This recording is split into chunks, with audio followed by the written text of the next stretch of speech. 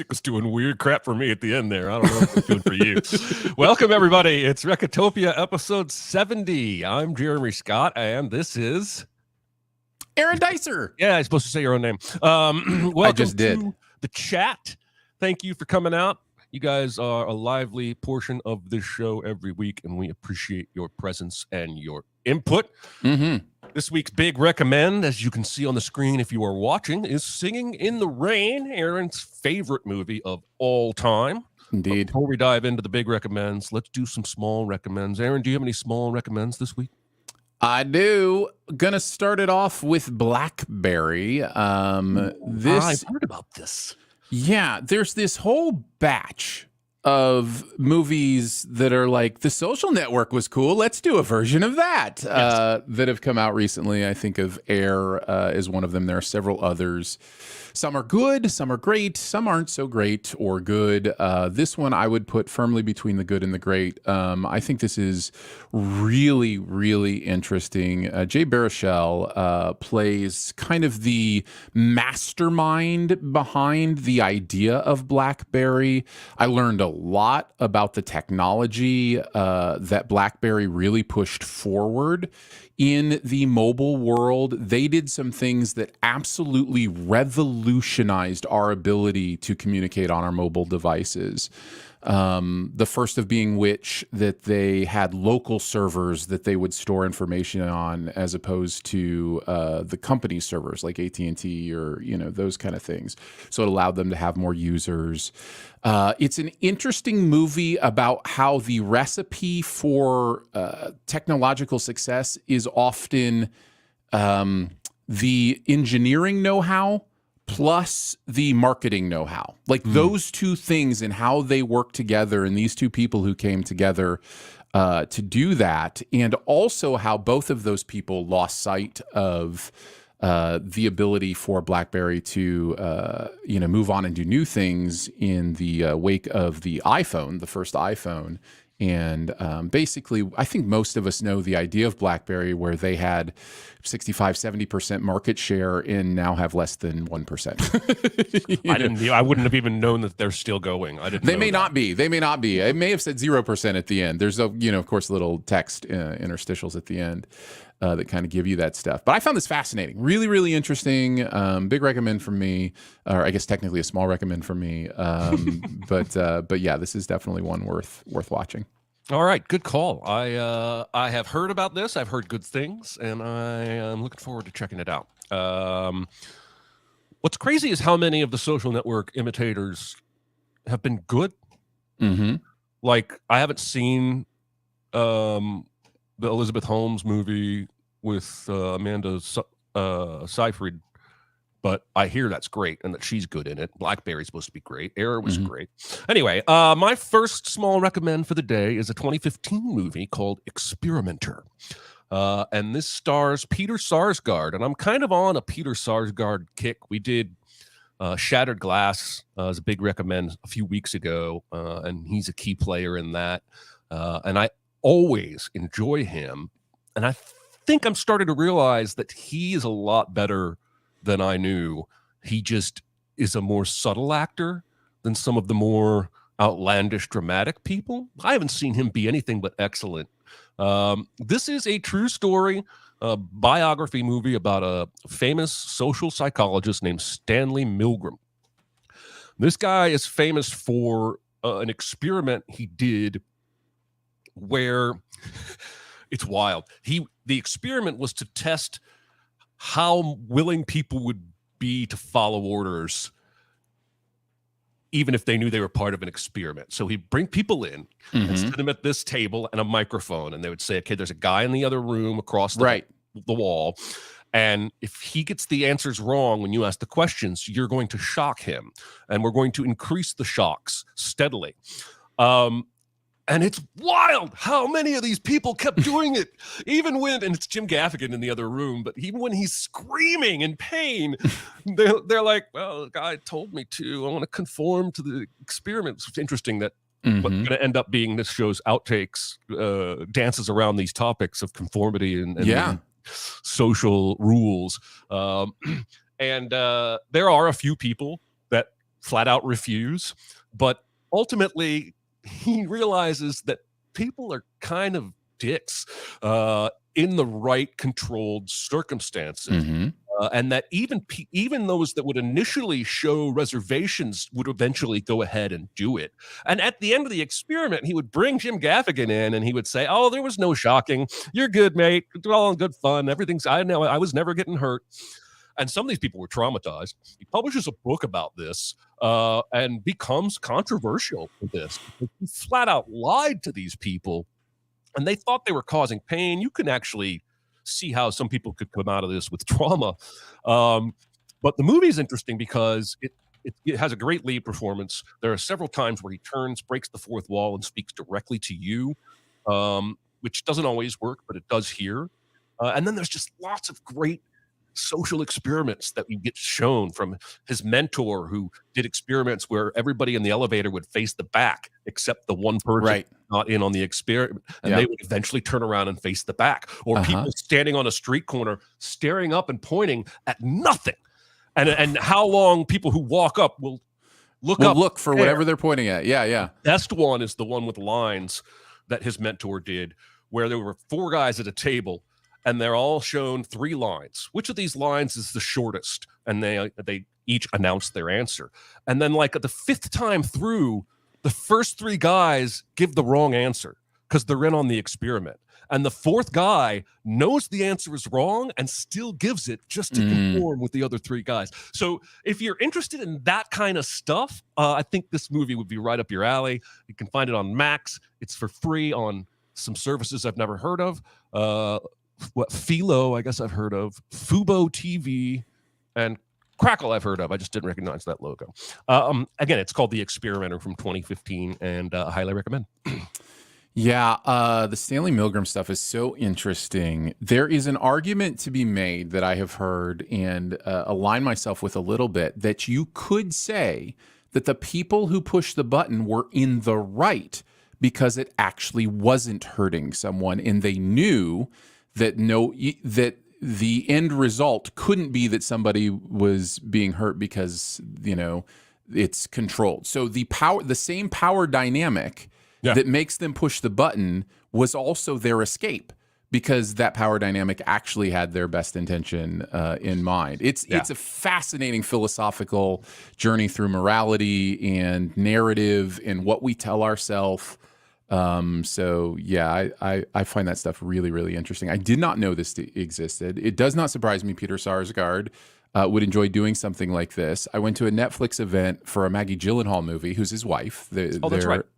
They're married, and he was there. And while everybody else was talking to Maggie, I just sat in a corner with Peter Sarsgaard and chatted all sorts of like philosophy. That's amazing. Things. It was fun. It was really fun. He has roots actually where I'm from in Missouri, and so that's what started the conversation. And then we just kind of got into other topics. So he seems like one of those guys that loves to think about, that kind of stuff. Yeah, the movie's got Winona Ryder, John Leguizamo, Dennis Haysbert. I think that you guys would really dig it if you're into this kind of like topic. So. Yeah. Do you have another small recommend for us this week, sir? I do. I've been wanting to talk about this. It's been out for a while on Apple TV Plus.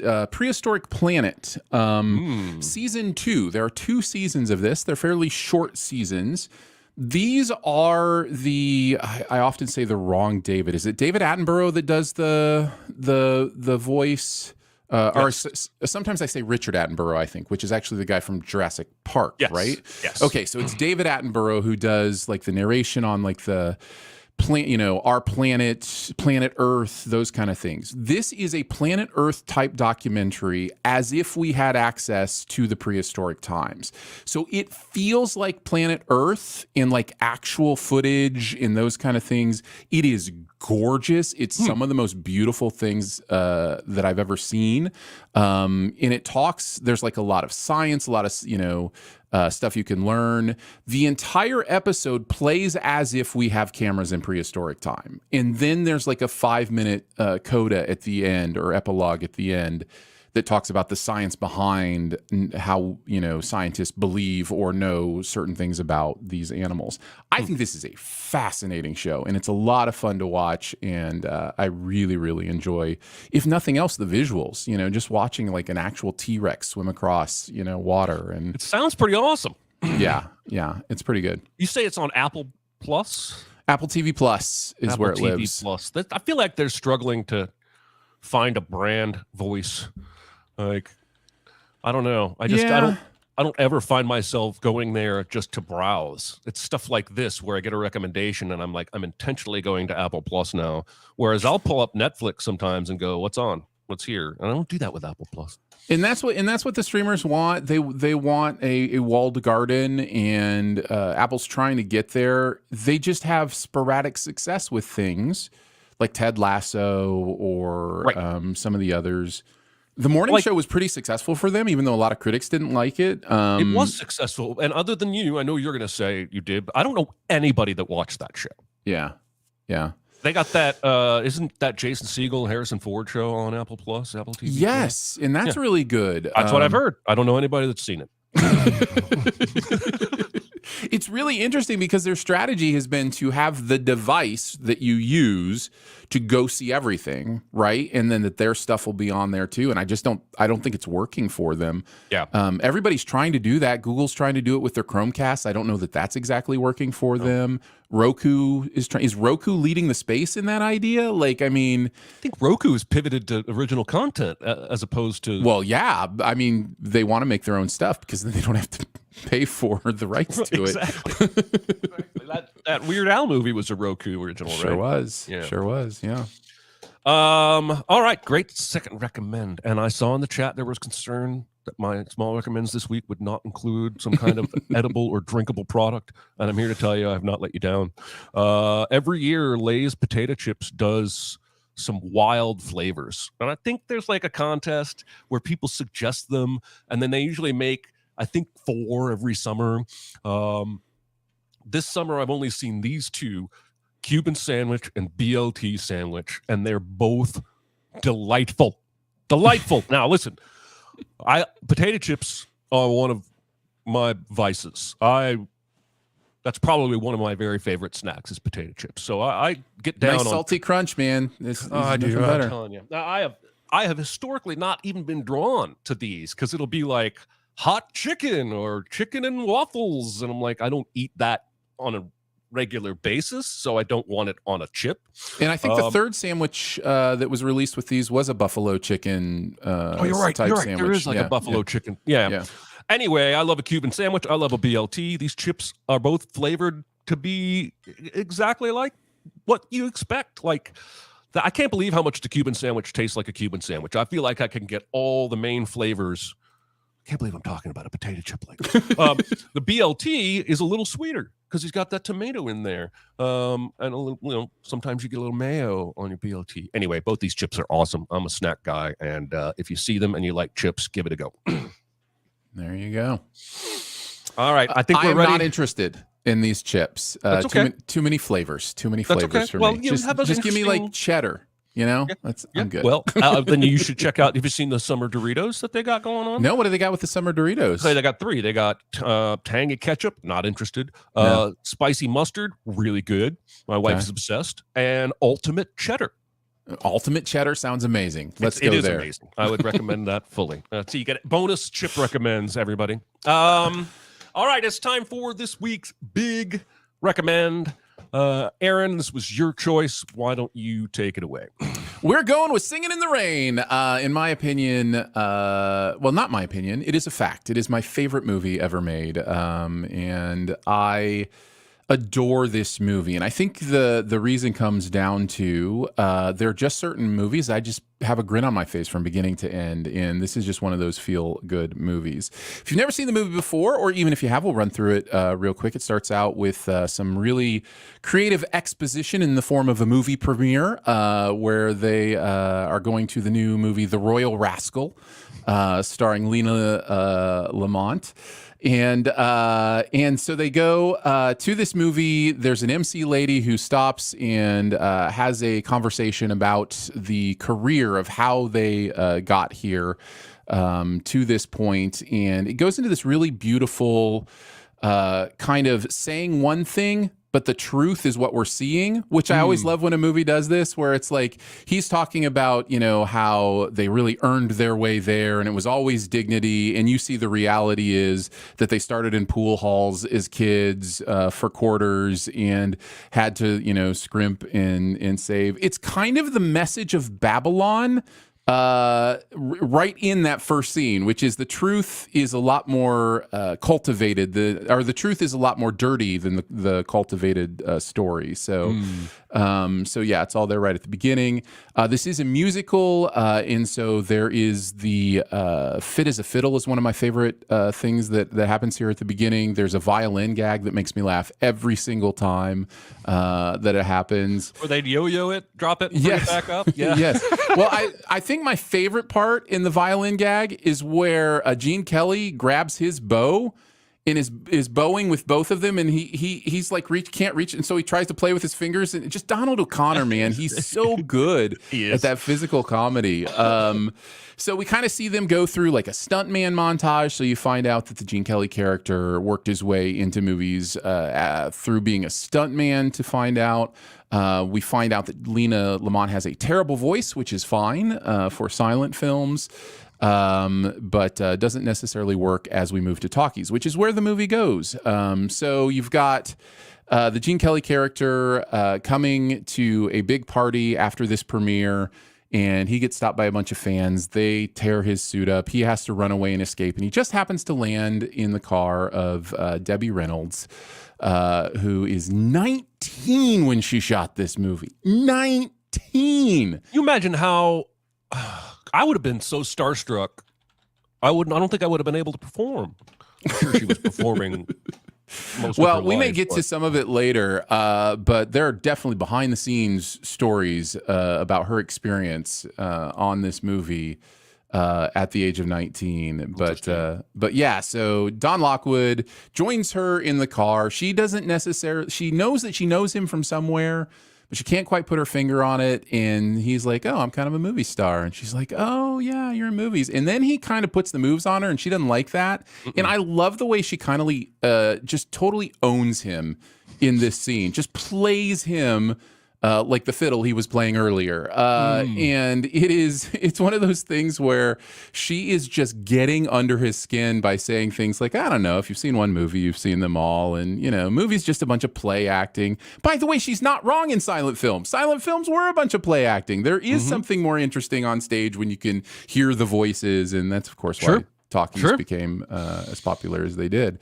So they have this kind of falling out. She lets him out. His tuxedo gets caught in the door, ripped off, and she lets out, I think, one of the greatest laughs in cinema history in that moment. Love it. So they go to the party. Cosmo's there, which is the Donald O'Connor character. The head of the studio is there. Everybody's there. He introduces them to this idea of talking pictures.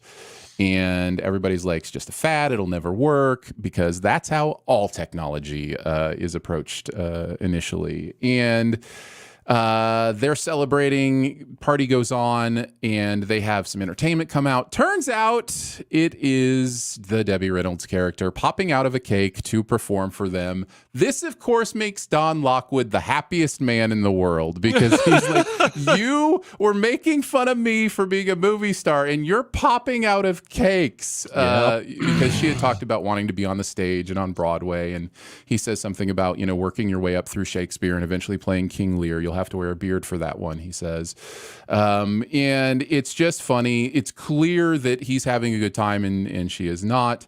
She tries to throw a pie at him. It hits Lena Lamont instead, and that is why she gets fired from her job, because Lena gets her fired. So another beautiful song in there the whole night through is the song they sing. This leads us to one of the greatest stretches in movie history, where we get a Donald O'Connor number called Make 'Em Laugh that is possibly the most athletic performance in a musical in history. It is insane, some of the stuff he is doing in Make 'Em Laugh. If that guy didn't break his tailbone filming that song, I'll be a monkey's uncle, because I started feeling sympathy pains the number of times he landed straight on his tailbone. My goodness. It was a concrete floor They didn't pad any of that. It was concrete. Yeah, he should have sued. He took 3 days in bed after filming that, came back, and they said, oops, the aperture was fogged. We have to do it again. Oh my goodness. And he did. Oh my goodness. So yeah, it's an absolutely astonishing piece of work. So anyways, it leads to this stretch where basically we're just kind of back in the entertainment industry. Don Lockwood's a little bit bummed. They're trying to figure out what's next, all that kind of stuff. And then Selden shows up in the chorus of one of the other films that's being shot. There's like a montage of a bunch of different songs. And she shows up and they get reacquainted. And basically, RF, who's the studio head, says, if you don't want her here, we'll get rid of her. And he makes it very clear, no, we want her here. She's great or whatever. And this is kind of them reintroducing themselves to each other and kind of getting over the animosity of their meet cute and kind of moving on to the next stage. But then we go into Moses Supposes, which is a Diction song that is some of the best tap dancing I've ever seen. It's just incredible work. This goes into a montage of sound issues as they try to turn the movie they're doing into a talkie. And that is not going well. That leads into Good Morning when the three of them are just lamenting this is not going to work. This is because they just had a preview for the movie, and the movie is not going over well. People are laughing. There's dubbing issues, and those dubbing issues give them an idea. What if Lena's voice didn't have to be in the movie? What if you could dub over for Lena's voice? That leads to him leaving with Singin' in the Rain. So the titular song, and just an amazing performance by Gene Kelly in that number. And the interesting thing about Singin' in the Rain, the song is, it was originally meant to be the three of them singing that song right after the preview. So the idea was they're really down and they're learning to sing in the rain. It's really interesting to shift the message of that song after the big moment of realization and have it be on the upswing, because the message of the song is about being kind of down in the dumps and finding a way to continue singing. So it's interesting to kind of move that. But I think Gene Kelly, if the stories are true, wanted this to be his like big solo piece. Well, it sure was a good idea. It was. It works really, really well. So then they get into the production of dubbing it. There is a scene that he wants at the end of the movie called Broadway Melody. And basically, the funny thing about this scene is it is the scene in this movie that he wants it to be in the other movie. So it's basically just like this big dance number that's almost separate from the rest of the movie, but is there to showcase like technical achievement and big swooping camera shots. And there's this like moving walkway at one point with all these like frozen people just on. There's hundreds of people just going by him on this walkway. And I'm just like, man, the production of this last scene would be pretty amazing. After that, Lena finds out. She threatens to sue if Kathy Selden, Debbie Reynolds' character, doesn't continue to be her voice in more and more movies. And that is going to happen until at the premiere, she puts her foot down and is like, I'm going to give my own speech. And she tells off the head of the studio, and the head of the studio it's like, no, we're not going to do that. So they have a plan. And basically, they tell Kathy she has to sing the song from behind the curtain and let it appear as if Lena is singing it in front of the curtain. And then they all march over to the curtain and pull the curtain back so everybody can see that Lena's not even using her own voice. And that is pretty much the end of the movie. Everybody lives happily ever after, except for Lena Lamont after that. So that is Singin' in the Rain. One of the interesting things about it, before you kind of go into your thoughts, Jeremy, is this is a movie that was built around the songs. Yes. So like the songs weren't well, I should say there are two songs that were written for the movie. But other than those two songs, they had a MGM, I think, had a catalog of music that they wanted to get back out into the public consciousness so that it would sell, right? And so they put this group of songs in front of screenwriters and said, build a story around these songs. Which feels like such a backwards way to do it, and yet it kind of speaks to how some of the best art and creativity comes from having barriers, right? Like some of the best art and creativity comes from this idea of being in a problem and trying to solve your way out. And it's pretty impressive, the story they built around it. But Jeremy, what are some of your thoughts of Singin' in the Rain? I think that the final line of Singin' in the Rain might be the silkiest, smoothest piece of singing in the history of mankind. When he he slides that in, right? I can't do it justice, but he gives me chills when he sings that last line. The whole song's great. The whole number's great.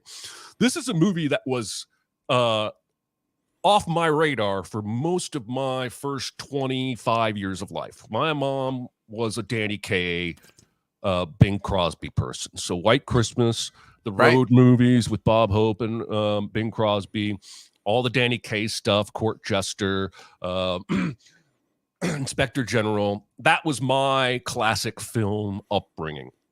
And man, when I watched this movie for this podcast, the beats, it feels so much like White Christmas to me. Sure.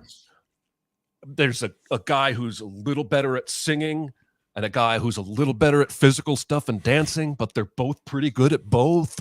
There are romantic songs, and it could easily have been the movie I grew up with and adored the way you do.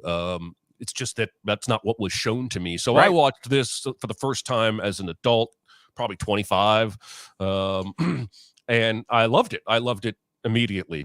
I remember the whole time I was watching it, I was like, Donald O'Connor is every bit as good as Danny Kaye. Donald O'Connor is every bit as good as Danny Kaye. Nobody tell me. my history is Danny Kaye is the guy from this era for physical comedy and music, and he's not. Donald O'Connor is every bit as good. They're both amazing. At times, maybe better. It's a little different, but especially in that number where Donald O'Connor is breaking his tailbone over and over again and doing these things that make it look like he's tripping and falling and accidentally hitting the floor. That gave me huge Danny Kaye vibes, because Danny Kaye in White Christmas has to pretend like he hurt his leg so that the general won't watch the big show. Anyway, I'm not going to make that my double feature, by the way, for those of you who are trying to pre-guess. I came away from this viewing even more impressed, as usual, with Gene Kelly and Donald O'Connor. And Debbie Reynolds is great, too. I just don't know that the movie gives her as much to do as it does those two guys. And a little bit of reading I did suggests there were some songs and scenes that she had that ultimately got cut. Or shifted to other people. And and I also read, hilariously, they had to dub her singing for some of the movie. One specific specific she's playing song. A character. It's really interesting to not only her singing. So she is in the recording booth dubbing over for the Lena Lamont character, right? So when you hear her, you see her from behind, and you see Lena on screen, and you hear the speaking. It's actually the actress who played Lena Lamont's voice. It is literally the same actress, just using her normal voice instead of the high-pitched thing she was doing for Lena Lamont. So it's anytime it's Lena Lamont supposed to be talking or singing, it's not Debbie Reynolds. Anytime it's supposed to be the Kathy Selden character in the movie, it actually is Debbie Reynolds. But so the Lena Lamont actress did her own speaking that was supposed to be Kathy Selden dubbing her speaking, but then the song was a third person, completely different. You Were Meant for Me, or whatever it is. Yeah, you just made me into a pretzel with that. I don't know. I mean, it makes sense when you tell us that the movie was put together, because here we have a catalog of songs, write a plot. But when we get to that Broadway number and we jump to the future, and like, I paused the movie and went out and ranted to my wife for like 3 minutes. I was like, I have no idea what is happening right now. I agree. He was a swashbuckling Frenchman. I agree. And now he's in Broadway making his way up. And when I went and Googled and found out that that's how the movie was written, I was like, okay, that makes a lot more sense. Because that's the screenwriters did an incredible job making a great story out of some songs that previously existed. And only in that last number do I go, what is happening right now? Yeah. But it's still a technical achievement, that last number. It's still wildly, brilliantly colorful, lots of motion. Yeah. So it doesn't damage the film, I don't think, in any way. Let's see if I have any other thoughts that I want to get to right now. There's so little time spent on the romance in this movie. It's kind of hilarious to me. Because like once they re-meet after he sees her in that chorus, they go into a soundstage and he professes undying love forever. And it's a great song. And it's a lovely little magical thing where he turns on the lights and turns on the smoke and turns on the fan. Yeah. But I don't buy that romance. The thing is, in movies like these, I don't know that that's what they were putting their energy into. The same could be true for White Christmas. I don't buy any of those romances either. It's just that they love each other because the script says they love each other. There's not exactly a ton of chemistry. Anyway, yeah, no, I loved it. And I'll get to my other thoughts as we go through. What other things do we want to discuss? So you mentioned a lot of things that triggered some stuff, but I'll just start by saying some of the behind the scenes stuff I've alluded to, which is that Gene Kelly, by all accounts, was an absolute beast on this set. And I guess in our modern parlance, that could be positive or negative, probably both. He was amazing at what he did, and he was a complete jerk to everyone around him. He made Debbie Reynolds cry many, many times. Sometimes he would pull Donald O'Connor aside and just scream at Donald O'Connor instead of Debbie Reynolds because he didn't want to waste the time for Debbie Reynolds to have her cry and come back. And so he just offloaded it all on Donald O'Connor. Donald O'Connor said that he hated working with Gene Kelly, that he was, such a jerk. Later on in Kelly's life, he apologized and admitted that he was not a good person on the set. It really, I think, comes down to this psychological thing that for a long time, like the whiplash thing, right? Like in order to get the best product, you've got to put people into duress. And I think he really believed that. He was disappointed that Debbie Reynolds was cast. He didn't like her from the get-go, and so that was part of it. He didn't think she could dance and keep up with them. So there was a lot of that going on behind. There's a story of that Fred Astaire was actually working on something nearby and actually played a big role in Debbie Reynolds being able to finish the movie because he found her crying under the stairs somewhere and had a talk with her about his experience with Gene Kelly and how to get through it and different things like that. So, if you want to talk about the problematic things we face, I think both things can be true, that Gene Kelly is absolutely astonishing in this movie. And he was also, by all accounts, a terrible person behind the scenes, which is never great to hear. No, but I mean, listen, the same kind of stories exist about Bing Crosby. Some even worse stories. About Hitchcock, it's tough. Yeah. I accidentally called him Gene Simmons in my notes.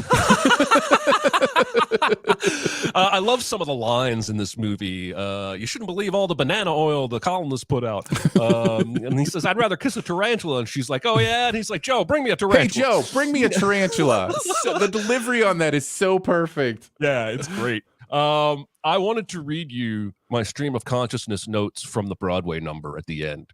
Beautiful. And by the way, before you do this, I will agree with you. The Broadway melody part has always been the weakest part of the movie to me. It's a technical achievement, but it smells like a forced entry into this story. Like it smells like, hey, we got to do a big technical number at the end because everybody expected it. Everybody loved it in American in Paris. We've got to do this thing. And which ironically, again, is what they're saying in the movie. When he's selling it to RF, he's like, we got to do this big number at the end. It doesn't really have a lot to do with the movie, but it's like, that's exactly what you're doing. Yeah. So I agree with you. It kind of, it feels like out of place with the rest of the movie. So this will feel like something out of a CinemaSins video. Fair rant. So as the Broadway number, which is like 15 minutes long. I'm exaggerating a little. It's really long. It's long. So here's my stream of consciousness notes about the Broadway number. Does the movie they're making, The Dueling Cavalier, does it make any sense? Why is there a modern scene of him auditioning on Broadway? Is this the same character as the swashbuckling 18th century Frenchman? How did he get to Broadway in the early 1900s? Time travel? I don't even understand what's happening in this number or why it exists. And it goes on for so long. Why is this song? This movie has gone off the rails. Hey, that girl looks like Elizabeth Banks. now we're on a runway. What the fuck is happening? Oh, my interpretive ribbon dancing hell. They filmed 3/4 of a great movie and then did an extended acid trip dream sequence love affairs song thing about a guy who comes to Broadway and achieves everything but can't get the hot girl to like him until he remembers how much he loves dancing for the fuck all of it all. And just what the fuck does that have to do with the first 3/4 of the movie? So there you go. There's my little rant.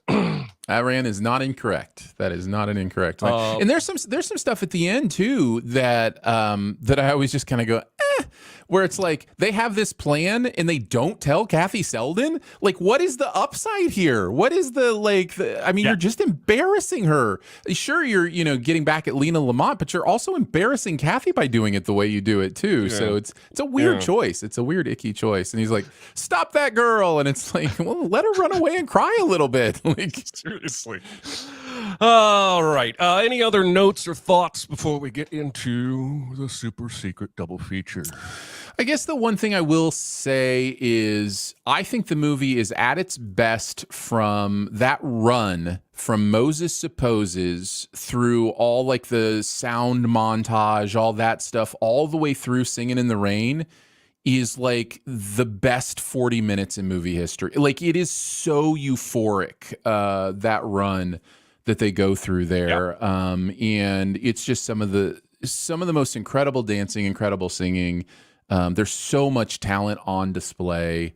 And when you read the behind the scenes stuff, it's crazy how much work went into. I think they shot that couch part of Good Morning close to 100 times before they got that couch tip right. But that couch tip is so perfect. Like when they all come up to that couch and they balance it all the way down and then collapse onto it, like that's really cool stuff. And just the movie just does stuff like that throughout. And it's euphoric for me. So yeah. All right. Well, I had a lot of options for my double feature, and I accidentally sent them all to Aaron last night or 2 nights ago. So this will not be a surprise to him. And I'm on the fence even now. My head wants to go with Babylon, which I recently saw 4 days ago on a fluke, because there is for the first time. Yes. Oh, nice. And I don't know if I liked it. That doesn't surprise me with that movie. That's one that's got to sink in a little bit. But there is so much overlap in topic and era, and even Babylon even ends. This is why Aaron loves Babylon, everybody, because the character cries after watching Singing in the Rain at the end of this movie. It's more than that, though. It's more than that. But yes. But I because I do not know what Babylon is to me yet, I don't feel comfortable going with that. So I'm going to go with a more tonal, comedy based. I'm going to go with Bowfinger, which is a movie about movie making that includes having to do a lot of trickery and fakery to somebody who's in the movie, which is Eddie Murphy, who doesn't know he's in the movie in that movie. And so I think that I wanted something that was about making movies for sure, because that's such a huge part of Singing in the Rain. And I looked at State and Maine and I looked at Tropic Thunder, but nothing really gave the right vibe to me quite like Bowfinger.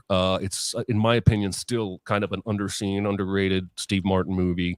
And I think a bright spot in Eddie Murphy's aughts career, which was not so awesome. Anyway, I appreciate everybody in the comments who thought it was going to be a Babylon, because I absolutely do see why that makes sense. But that movie, it's rare that this happened with Annihilation. I watch a movie and I'm like, it's going to be days before I know how I feel about this movie. I have to live in it for a while and maybe watch it again. So, yeah, I think it makes a lot of sense. Even that moment at the end where he's watching Singin' in the Rain is where it all clicked for me, where I realized that Chazelle was literally making a behind the scenes movie of Singing in the Rain. Because at first it was almost a negative thing to me. Like when they did there's basically the dark version of the get the sound right scene in Babylon. And I was like, well, that's more than an homage. That's like, you're really stealing a lot there. And then when I realized that it seems to me his entire intent was, I want to tell the actual dirty, grimy, real story of how, that transition went. And then you start putting the pieces together, like, the Margot Robbie character is Lena Lamont. Like the Brad Pitt character is Donald Lockwood. Like you start to see even the band character is kind of that Donald O'Connor feeling, but in a more honest racial kind of spin on it. And it's wild to me how that movie is not just influenced by Singing in the Rain. It is a direct response to Singing in the Rain, which I find really, really interesting. So it is. And I actually, the one scene that I loved was that sound, getting the sound right scene, even though it nearly gave me an anxiety attack, which I was trying to do. But that was the one scene that really sung that, and the Tobey Maguire leading them into the depths of hell. That was unsettlingly interesting. All right, but this podcast is not about Babylon. It is not about Singing in the Rain, and our double feature is Bowfinger. And now it's time for next week's homework. And I want to give a very special apology to Slab, who I don't think is with us today. Because I had sort of promised him casually that I was going to recommend Tin Cup to time with the U.S. Open, but the U.S. Open is this week, and we won't be recording until next week, and that episode won't air until the following week. And really, this is all Franklin Rich's fault, the Artifice Girl director, because he came out of the ether and was willing to do an interview, and it threw me off my schedule. So next year, I will get around to the Tin Cup. I got a whole year to get it timed correctly. Nice. And so next week, your homework is going to be Road to Perdition. Tom Hanks, Daniel Craig, Paul Newman, Jude Law, masterpiece, in my opinion. And it is available on Showtime and Paramount Plus, and a lot of other places available for rent. It is one of my very favorite movies and still kind of underseen. And I can't wait to dive in and watch it with the Recoptopia hat on. Very excited to watch this one again. Yes. Yeah, we have time for questions. So let's do a couple questions. What do you say, Aaron? Sounds good. Who had really amazing chemistry, actors, that you wish would act together again? Very good question. There are lots and lots of pairings. Like my brain immediately goes first to the idea of romantic pairings, but I think it's more fun to just go with like people who are just good on screen together. And I guess these are also somewhat romantic pairings as well. But Patricia Clarkson and Stanley Tucci in Easy A. They're so good in that movie. And they're so good together. How do you almost steal a movie from Emma Stone? How do you do that? And this one is definitely, I would say, not romantic chemistry, sexual chemistry. That would be George Clooney and Jennifer Lopez in Out of Sight.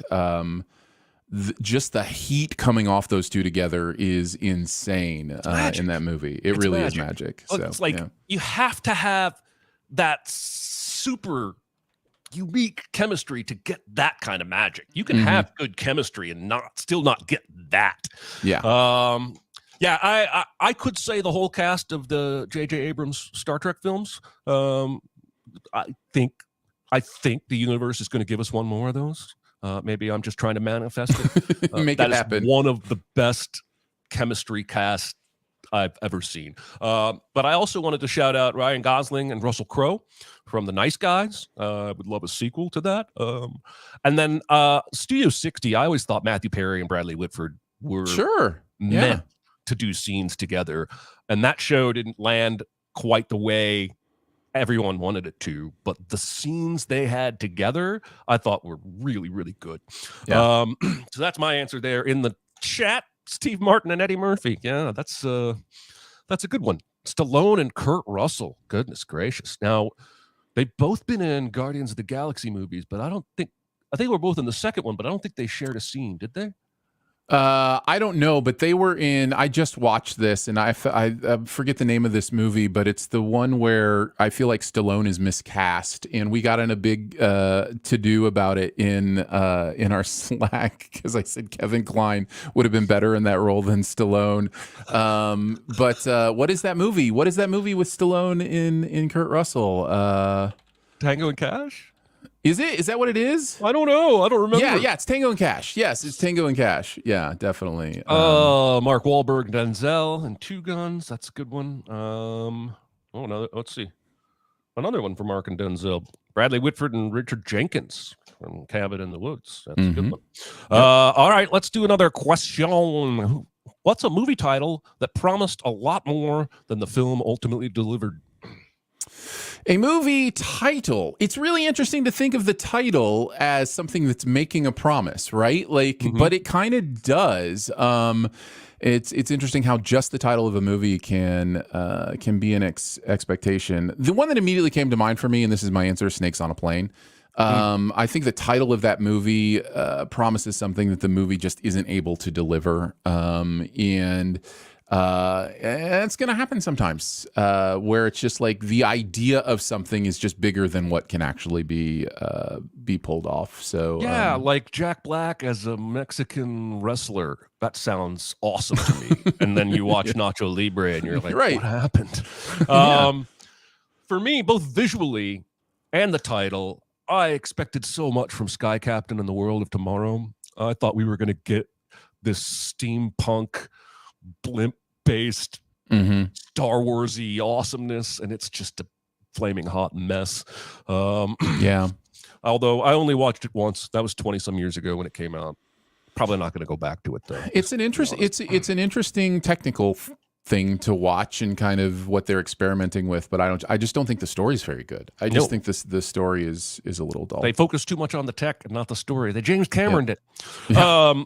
History of the World Part 1 because it promised a Part 2. That's funny. Multiverse of Madness. We're still getting answers for the chemistry. Simon Pegg and Nick Frost. That's an excellent answer. Yeah, Never-ending story. You guys are all about the puns today.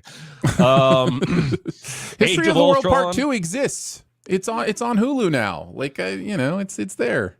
History. Let's see. Age of Ultron. More like a week and a half of Ultron. That's funny. All right, let's do another question. The favorite best and worst movie title, as in the title of the film, not the film itself. My favorite movie title is also one of my favorite movies of all time. My favorite movie title is North by Northwest. I think it's succinct, it's interesting, it says something about the movie, and it famously is not a direction on the compass that exists, which speaks to the idea of mistaken identity and illusion. It is also vaguely the direction the characters move in the movie, which I always think is interesting. Anyways, I love the title North by Northwest. Yeah, that's a good one. That's a really good one. Best.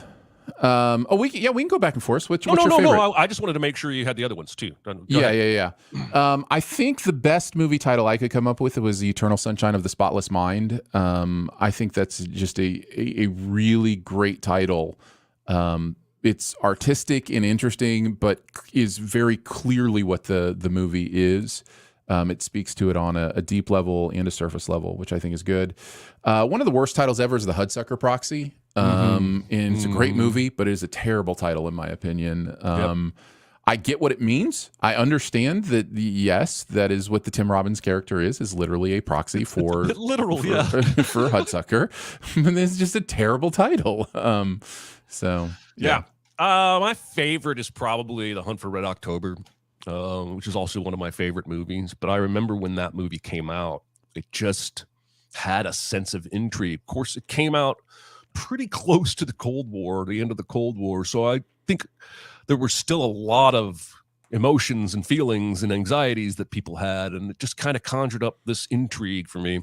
I have always had a soft spot in terms of best titles for The Englishman Who Went Up a Hill But Came Down a Mountain, which I would guess you appreciate the wordplay of it, because it is a double entendre of a title. And I don't think I've ever seen the movie. I know it's about Hugh Grant comes to this small town and they want to get their hill declared an official mountain, but it has to be a certain height. And from there, from what I understand, it's just a quirky hillside British kind of a thing. But I love that freaking title. And I also wanted to give honorable mention to Logan's Run, just because I feel like that just rolls off the tongue really well. And then the worst title that I could think of in prep for this show was an early 2000s movie called O, which starred Martin Sheen and Josh Hartnett, and it was a modernized basketball retelling of Othello. Very few movies can get away with a single letter title that is going to be good for marketing or just as a good title, and that movie did nothing, and I bet I know why. Is the movie Pi, is the title the symbol for pi, or is it PI? I don't know.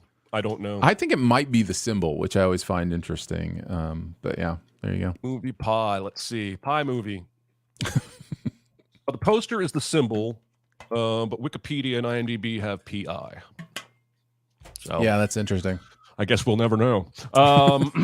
In the comments, some of the good titles and bad titles. Hobo with a Shotgun, that is a good title. Everything Everywhere All at Once, that is a good title. Fight Club, Ocean's 11, John Carter. It's a great movie, but that name sounds like a documentary or something. And that's absolutely true. Happy Death Day. Hoodwinked 2, Hood versus Evil. That is bad. That's definitely bad.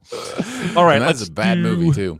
One more question, and then we'll all go to lunch. Spider-Man Into the Spider-Man Multiverse is quite possibly the most beautiful movie I've ever seen. So what is the most beautiful, regardless of it's good or not, that you've ever seen?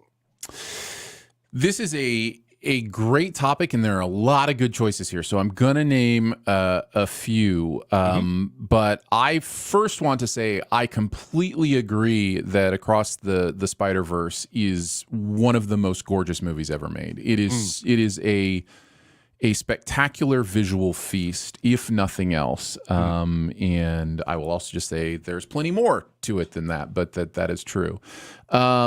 I think What Dreams May Come may be maybe the most beautiful movie put on screen. I think the movie's a little messy. I'm not sure exactly what it's doing, but man, some of the way it envisions the world around him or the afterlife around him is just absolutely gorgeous. Floored me when I saw it.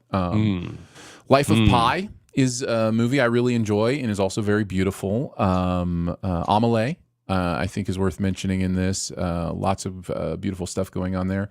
And then one that I don't know that most people would throw into this category, but I really think it fits. I think the Lord of the Rings trilogy fits in this category.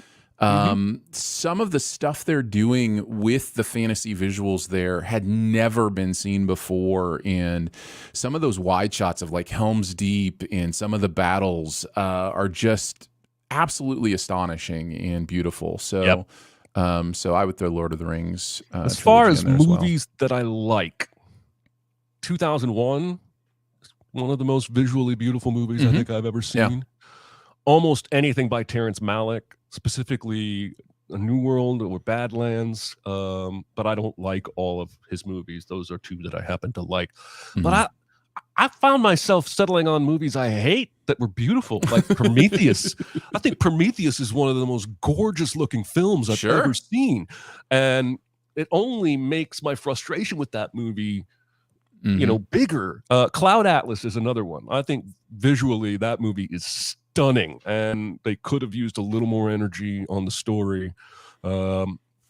because I finally decided I don't like Cloud Atlas. But I do think You finally came down to a decision, did you? finally decided. The Lion King being suggested here. Lord of the Rings, yes, another good one. Spider-Verse. So yeah, it seems like a lot of agreement with the question asker and with us. So Nice. want to say a special thanks to the chat again for coming out and being with us live and contributing to the discussion. And we appreciate your presence and your feedback as always. Next week's homework is Road to Perdition. Aaron, do we need to give... Is next week recording at the normal Tuesday 11 time? Or It is not. Okay, let's get that update. We should give people a heads up. Next week's live recording will be Monday instead of Tuesday. Same time, but on Monday instead of Tuesday. So I want to give you a heads up on that. That we'll be talking about Road to Perdition next Monday. Monday for the live audience. All right, those of you who listen after the show releases to the public, you can tune us out now. Yeah, same thing. It'll pop in your podcast feed at the same time. Yeah. All right, everybody. We'll see you next week on Monday at 11 Central for Road to Perdition. You guys have a great day and a great rest of the week. We'll see you next time.